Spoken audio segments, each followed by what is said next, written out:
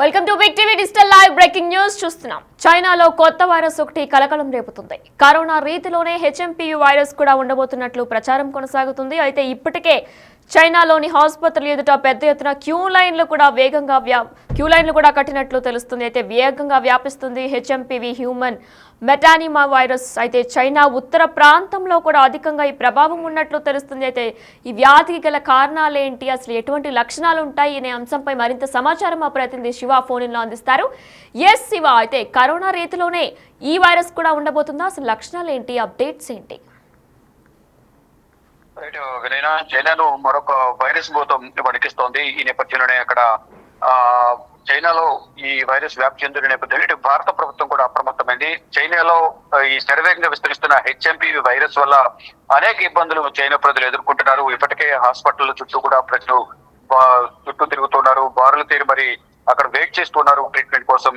Virus బాధిత రోగులతో China ఆసుపత్రులను కూడా నిండిపోయాయి. ఇక ఈ వైరస్ వ్యాప్తిపై దృష్టి పెట్టాలంటూ కూడా national centre for disease control NCDC కూడా కేంద్ర ఆరోగ్య శాఖ ఆదేశించింది. అంటే ఏదైనా కూడా గతంలో కూడా మనం చూసాం, ఈ వైరస్ మూలాలన్నీ కూడా చైనా నుంచి ఇతర దేశాలకు, ప్రపంచ దేశాలకు వ్యాపి. ఈ నేపథ్యంలోనే చైనా నుంచి కూడా ప్రతి వ్యాధి అనేది అక్కడే పుడుతోంది. అక్కడి నుంచి ప్రపంచ దేశాలకు అంటే మానవ ద్వారా అంటే జర్నీ అక్కడి నుంచి ఇక్కడికి రవాణా రాకపోకల వల్ల కూడా ఈ వ్యాధి అనేది ఎక్కువ జరుగుతూ ఉంటుంది. ఈ నేపథ్యంలో గతంలో ఏదైతే వైరస్ కరోనా వైరస్ వ్యాప్తి చెందిందో అలాగే ఈ ప్రపంచ దేశాలు కూడా ఇది వ్యాప్తి చెందే అవకాశం ఉందనే వార్తలు వస్తున్న నేపథ్యంలో ఇటు national centre for disease control కూడా కేంద్ర ఆరోగ్య శాఖకు కొన్ని సూచనలు చేసింది. మరి ముఖ్యంగా ప్రజలందరూ కూడా శ్వాసకోశ లక్షణాలు కానీ ఇతర ఫ్లూ కేసులను నిశ్చితంగా పరిశీలించాలంటూ కూడా వైద్య ఆరోగ్య శాఖకు ఇటు కేంద్ర ఆరోగ్య శాఖ పలు సూచనలు చేసింది. అంతర్జాతీయ ఏజెన్సీలతో సంప్రదింపులు జరుపుతున్నట్లుగా భారత ప్రభుత్వం తెలిపింది. ఇక ప్రపంచ ఆరోగ్య సంస్థ, వరల్డ్ హెల్త్ ఆర్గనైజేషన్ WHO కూడా ఇతర అనుబంధ ఏజెన్సీల నుంచి డిసెంబర్ 16 నుంచి 22 మధ్య వచ్చిన డేటా ప్రకారం, అంటే గత సంవత్సరం ఏదైతే ఉందో డిసెంబర్ 16 నుంచి 22 మధ్య వచ్చిన డేటా ప్రకారం చైనాలో seasonal influenza rhinovirus, respiratory syncytial virus అనేది RSV ఈ వైరస్ లను వ్యాప్తి చెందుతున్నాయి. హ్యూమన్ మెటాన్యూమైరస్ అంటే HMPV వంటి తీవ్రమైన శ్వాసకోశ ఇన్ఫెక్షన్లకు చేస్తాయి. ఇది తీవ్రమైన ఇన్ఫెక్షన్ ఎక్కువగా చేస్తున్నాయి. ఈ నేపథ్యంలోనే పలు జాగ్రత్తలు తీసుకోవాలి. తగిన జాగ్రత్త తీసుకోవడం ద్వారా ఈ వ్యాధుల నుంచి వ్యాధులు బారిపడకుండా అవకాశం ఉంటుందంటూ కూడా ఇటు కేంద్ర ఆరోగ్య శాఖ తెలుపుతోంది. ఇక చైనాలో ఈ వ్యాధి బారిన పడిన వారి సంఖ్య రోజు రోజుకి ఎక్కువ అవుతుంది. హాస్పిటల్ చుట్టూ వారు తిరుగుతున్నారు, కానీ కనీసం అక్కడ ట్రీట్మెంట్ తీసుకునేందుకు బెడ్స్ అనేవి సరిగా లేకపోవడం, వార్డ్స్ కూడా ఫుల్ గా అయిపోవడం, గదులను కూడా ఫుల్ గా ఉండటం వల్ల కొంతమందికి ఆసుపత్రి వెలుపల ట్రీట్మెంట్ ఇస్తున్నారు, కొంతమంది ఇళ్ల వద్దకే వచ్చి కొంతమంది ట్రీట్మెంట్ తీసుకున్నట్లు తెలుస్తుంది. అక్కడ వారి తీసుకునే ఆహారపు అలవాట్లు కానీ వారి పద్ధతుల వల్ల ఒక మానవ తప్పిదాల వల్ల కూడా ఈ వైరస్ వ్యాప్తి అనేది ఎక్కువ జరుగుతున్నట్టుగా అక్కడ ప్రభుత్వం చెబుతోంది. దానిలో భాగంగానే ఇటు ఇతర దేశాలు కూడా అప్రమత్తంగా ఉండాలంటూ కూడా WHO ఆదేశాలు జారీ చేసి దానికి అనుగుణంగా ఇటు భారత ప్రభుత్వం కూడా అప్రమత్తం అవుతోంది. ఇటు కేంద్ర ఆరోగ్య శాఖ కూడా పలు సూచనలు చేస్తున్నారు. రాష్ట్రంలోని వైద్య ఆరోగ్య శాఖ సంబంధించిన మంత్రులు కానీ ఆ శాఖ అధికారులందరూ కూడా తగిన జాగ్రత్తలు తీసుకోవాలంటూ కూడా, అందులో ఇప్పుడు వింటర్ సీజన్ చలికాలం కావడంతో ఈ వ్యాప్తి అనేది ఎక్కువగా కొనసాగే అవకాశం ఉంటుంది కాబట్టి తగిన జాగ్రత్తలు తీసుకోవాలి. వ్యక్తిగత శుభ్రత, వ్యక్తిగత బాధ్యతలు తీసుకోవడం ద్వారా ఈ వ్యాధిని అరికొట్టవచ్చు అనేది ప్రధానంగా భారత ప్రభుత్వం ఇండియన్ పీపుల్స్ కు ఆదేశాలు, పలు సూచనలు అయితే చేస్తోంది. వినయనా, అయితే శివ, కరోనా వ్యాధి వల్ల మొత్తం ప్రపంచం అంతా కూడా హడలెత్తించింది. కరోనా వ్యాధి కూడా ముందు చైనాలోనే పుట్టింది, అక్కడి నుంచే మనకి మొత్తం అన్ని దేశాలు కూడా వ్యాపించింది. మరి ఈ నేపథ్యంలోనే హెచ్ఎంపీవీ కూడా అంతే వ్యాప్తి చెందబోతుందా? అంటే హెచ్ఎంపీవీ కూడా అంటే అవే లక్షణాలు ఉండబోతున్నాయా? కరోనాలో మనకి ఎలా అయితే దగ్గు అంటే తుంపర్ల వల్ల కూడా కరోనా వ్యాప్తి చెందే అవకాశాలు ఉన్నాయి, మరి ఇదే రీతిలో హెచ్ఎంపీవీ కూడా ఉండబోతుందా?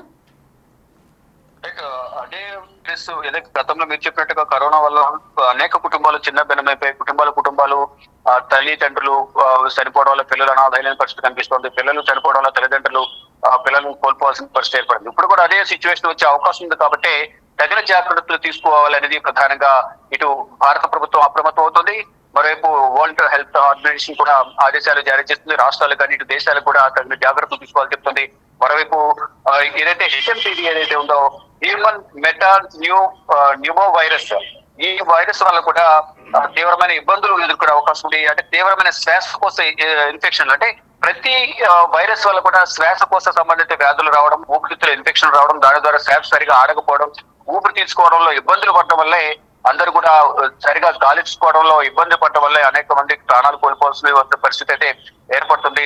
గతంలో కూడా మనం కరోనా వైరస్ సందర్భంలో ఆక్సిజన్ అందక కూడా ట్రీట్మెంట్ తీసుకునేందుకు హాస్పిటల్కి వెళ్ళిన తర్వాత ఆక్సిజన్ కొరత వల్ల కూడా అనేక మంది ప్రాణాలు కోల్పోయిన పరిస్థితి కనిపిస్తుంది. మొదట మార్నింగ్ కనిపించిన వాళ్ళు ఈవినింగ్ కి చనిపోవడం, నైట్ కనిపించిన వాళ్ళు మన మార్నింగ్ కి మృతదేహాలు డెడ్ బాడీస్ కనిపించడం అనేది అనేక మంది చనిపోవడం గతంలో కూడా మనం చూసాం. ఎక్కడికక్కడ కనీసం వారి కుటుంబ సభ్యులే డెడ్ బాడీలు తీసుకోవడానికి నిరాకరించిన పరిస్థితి కనిపించింది. అంటే ఒక అంటు వ్యాధి లాగా తమకు ఎక్కడ వ్యాపిస్తుందో, పోయిన వారు పోయారు, మిగిలిన వారిని బతుకుంటారనే ఉద్దేశంతో చాలా మంది కూడా ఆ డెడ్ బాడీస్ ని తీసుకెళ్ళడానికి సొంత కుటుంబ సభ్యులే వెనుకాడిన పరిస్థితి కనిపించింది. కానీ ఇప్పుడు కూడా అటువంటి సిచ్యువేషన్ రాకుండా ఉండాలంటే చైనా నుంచి గతంలో ఏ విధంగా అయితే వ్యాధి వ్యాపించిందో, చైనా నుంచి గతంలో గుట్టలు గుట్టలుగా డెడ్ బాడీస్ గోతులు తోమి పంట పొలాల్లో కానీ ఇతర ప్రాంతాల్లో వాటిని ఉమ్మడిగా దహనం చేసిన పరిస్థితులు గతంలో కనిపించాయి. కానీ అటువంటి పరిస్థితులు మళ్ళీ పునరావృతం కాకుండా ఉండాలంటే ప్రజలందరూ కూడా తగిన జాగ్రత్తలు తీసుకోవాలి. చైనా ప్రజలు కానీ, దేశవ్యాప్తంగా ఇతర దేశాలకు సంబంధించిన ప్రజలు కానీ, ఇటు భారత ప్రజలు కానీ ప్రతి ఒక్కరు కూడా తగిన జాగ్రత్తలు తీసుకుంటే తప్ప మరొకసారి ఈ కరోనా లాంటి వ్యాప్తి చెందకుండా, కరోనా లాంటి వ్యాధితో సమానంగా ఇది కూడా వ్యాప్తి చెందే అవకాశం ఉంది. కాబట్టి ప్రతి ఒక్క వ్యాధి కూడా శ్వాసకోశ వ్యాధులతో సంబంధిత వ్యాధులతో నిక్షితమైంది. శ్వాసకోశ వ్యాధులు ముందు వస్తున్నాయి. దాని ద్వారా ఊపిరి ఆడుకోవడం కానీ, శ్వాస తీసుకోవడం ఇబ్బంది పడడం వల్ల కానీ, ఇన్ఫెక్షన్ రావడం కానీ, ఊపిరితిత్తుల ఇన్ఫెక్షన్ కానీ, లంగ్ ఇన్ఫెక్షన్ వల్ల ఒక్కొక్కటి వ్యాపించడం, దాని ద్వారా మనిషి కంప్లీట్ గా చనిపోయిన పరిస్థితి కనిపిస్తోంది. ఈ నేపథ్యంలోనే ప్రతి ఒక్కరు కూడా తగిన జాగ్రత్త తీసుకోవాలని కూడా చెప్తున్నారు.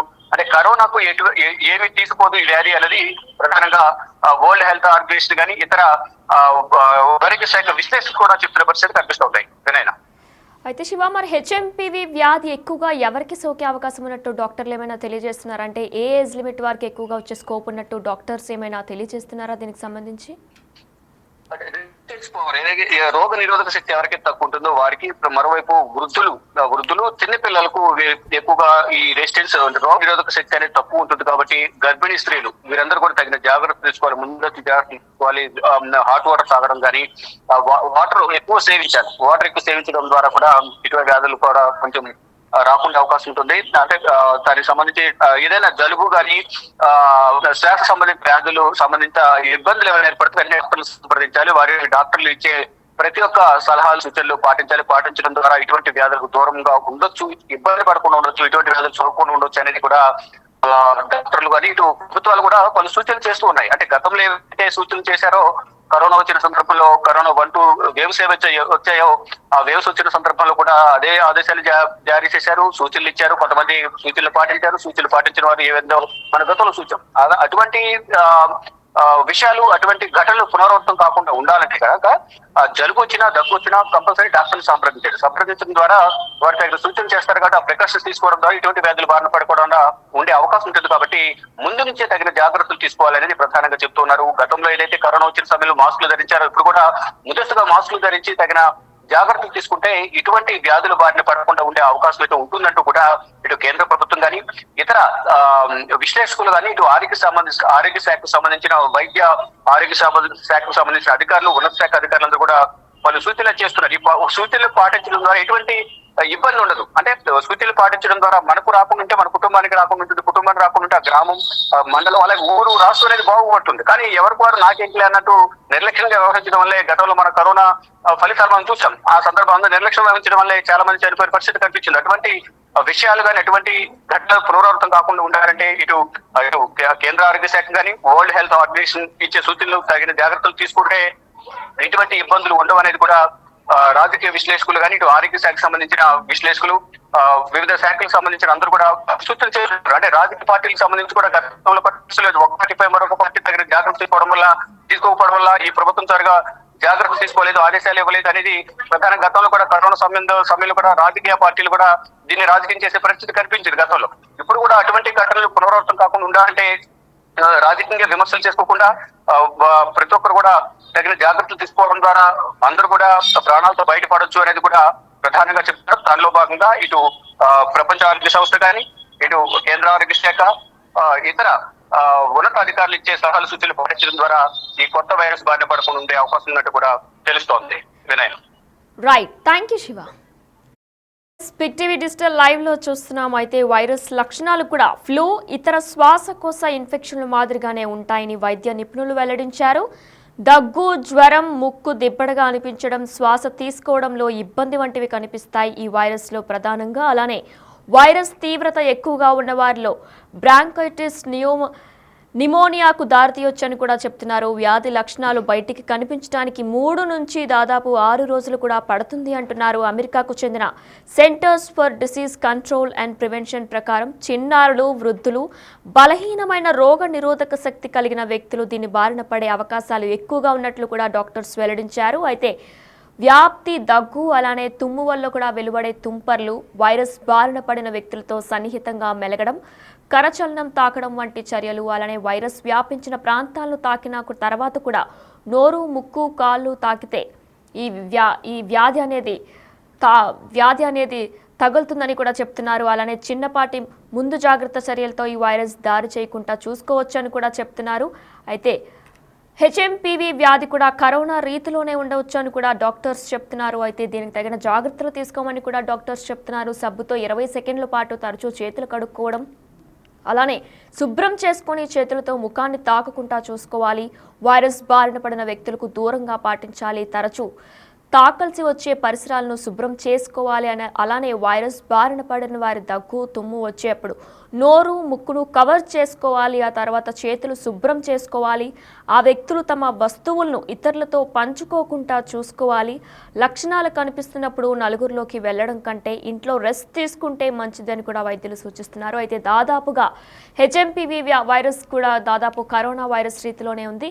అయితే ఈ నేపథ్యంలో డాక్టర్స్ కూడా ఇక్కడ ప్రస్తుతానికి మన దేశంలో ఎటువంటి వ్యాధి ఇక్కడ గుర్తించినట్లు కూడా డాక్టర్స్ ఏం వెల్లడించలేదు. కానీ తగిన జాగ్రత్తలు తీసుకుంటే మంచిదని కూడా డాక్టర్స్ సూచిస్తున్నారు.